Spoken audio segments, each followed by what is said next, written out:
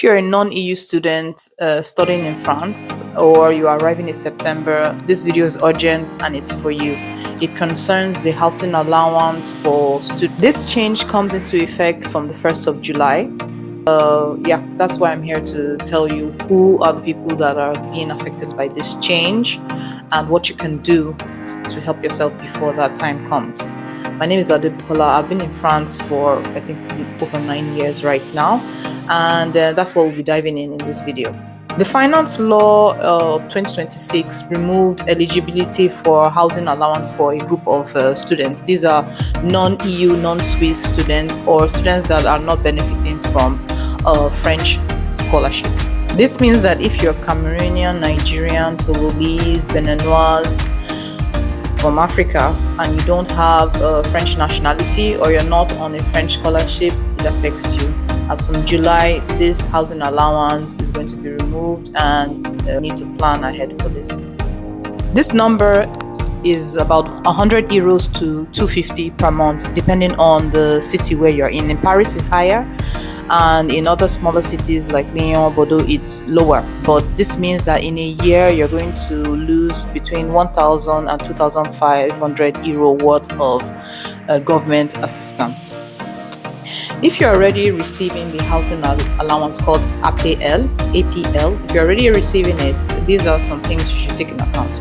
You will still have access to this assistance up to the end of June. You're also advised to check if you have scholarship eligibility. Go to your CROUS office, CROUS office, to check if you're eligible for a French government scholarship. Check that, and if you're not eligible for the scholarship, begin to adjust right now. What can you do right now? You can go to the same organization that arranges a student allowance for accommodation is the same one that also does it for regular people that have a job. So go to the site, the CAF site, and simulate and see if you are eligible for a housing allowance just as a resident. You might find out that you have access to some assistance. Simulate it, go to your CAF office and ask questions. A second option is for you to contact the CROUS office that's nearest to your school, because usually CROUS has the cheapest and most affordable housing rent. So you go to them and apply, even though demand is always very high and the priority are for students whose parents are paying tax in France.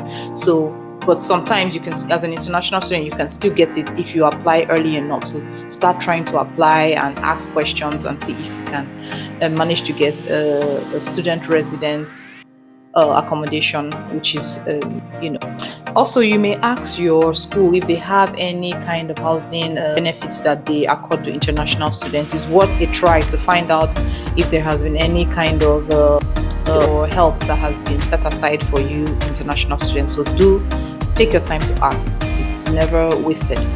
Another point I would like to bring up is that you can also try to actually go and rent a new space, or think about sharing space with other students that are in the same situation. Like maybe you rent an apartment, and how you can get a guarantor is through what they call Visal.fr. It's a government-backed body that stands as your guarantor, especially if you're international. You have no one knows you, no one can stand as a guarantor. You apply for this, and then they'll give you a certificate which landlords will be willing to accept from you and allow you to rent their property. You can come together as a group and try and rent something like that to bring the cost down for you. One last advice I would give is that you can actually, especially if you're English-speaking Anglophone, you can already begin to offer English tutoring services, create your profile. And if you're coming in September, you can already create your profile before you arrive, because at least if you tutor 4 or 5 students in a week, you can get up, for each hour you get up to 20 to 25 euros. So that can really help to bring in a side income. And if you're coming in September fresh from wherever you're coming from, please do consider other cities outside of Paris, because of course the rent and all that will be less expensive. So it's a good idea to check Lyon, Bordeaux, Nantes, Montpellier, to kind of manage the situation before. On a last note, I'll say that yes, this change is really difficult. We can't pretend that it's not going to affect you in any way, but the best way for you to help yourself is to prepare in advance.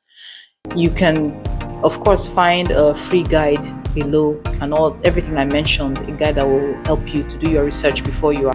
All in all, France is still a good option to come for your studies, because when you compare to other English-speaking countries, coming for university studies is still cheaper.